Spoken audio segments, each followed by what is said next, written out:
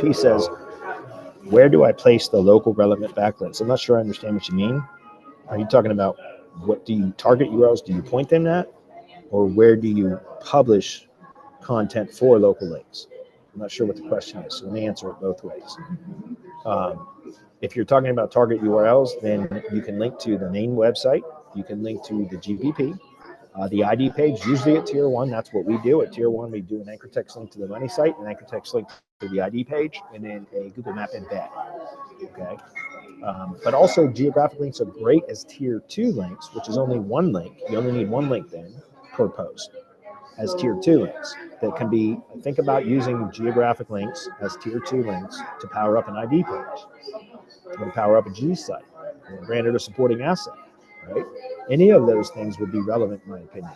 Building geographically relevant links to citations, especially citations that do follow links to the money site or to the website that's listed in the citation. So business directory listings, right? Those are all power. The ID page, especially, that's why I always recommend using geographic links for things like ID pages and stuff, is because the ID page becomes a hub where you reference all of the page URLs in Google's index that have accurate information published about the business. So pushing geographic link equity into an ID page for a local business is going to help to kind of power up, so to speak, all of the branded and supporting assets that you collect and add to the ID page from one centralized location. So you can lower your requirements for link building and your budget needed in order to build links if you reference all of those page URLs in the ID page and then just use the ID page as the primary link building target.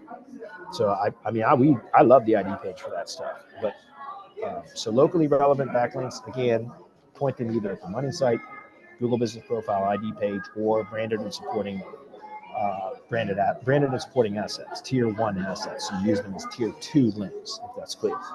Right? As far as where would you publish content for it to be a locally relevant backlink, any sort of local website or local source, like something that's locally relevant. Talk about this before, but like, for example, a geographic link, an example of that would be a link that if a company were to join their local chamber of commerce and get a member, get listed in the member directory, that link back from the Chamber of Commerce member directory has geographic significance because Google understands that that's coming from a local association, institution, organization, etc. that's in the same general physical area. Doing link exchanges with other vendors or companies in the area, sponsoring little leagues, charities, churches, schools, things like that, and getting links back from them in the same local area, that's all going to help. Those are all great geographic links. The way that we do it, it's semantic links so that we can do it at scale, because a lot of those other methods that I just described requires an outreach process, and that's difficult to do. It's hard to do at scale, right? If you can get your clients to assist in doing outreach through like business networking events and stuff like that, they could secure a lot of local links and do link exchanges with other businesses in their local area, and that's great. But good luck trying to get your local business client to assist in the link building. It's very, very difficult to do. So that's why we developed the strategy of going out and hunting down expired domains that already had locally relevant link profiles, and then we just we build those domains back up with content relevant to the same topical categories they were prior to the domain expiry. And then we just do a block quote insertion into one of those posts on the site that just says, that way we're not publishing a new article, so like a new guest post on a blog that isn't relevant to what we're linking to. Like, in other words, think about, let me give you an example.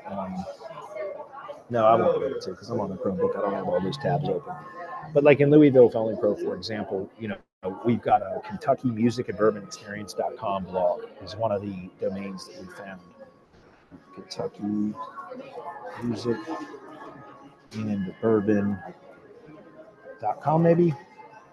No, it must be, maybe it's Kentucky Music and Bourbon Experience.com. Anyways, I don't have that spreadsheet open to show you, but I would show you guys an example of what I mean. For a local blog link, the way that we do it is we populate the domain that we found that had locally relevant backlinks already pointing to it. We buy the domain.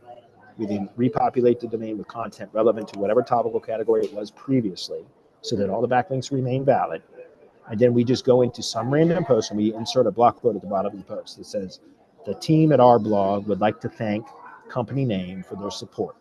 If you need products or services in city or town, contact this company. And we got our 2 anchor text links, one to the money site, one to the ID page. And then we list name, address, phone number, and website. So we get a citation, like literally a citation in the geographic blog post. And then we do a Google map embed underneath that. That's how we do it. Because it's not, remember, we're not going to go into like the Kentucky Music and Bourbon Experience.com site and publish a post about tree service. That wouldn't make any sense.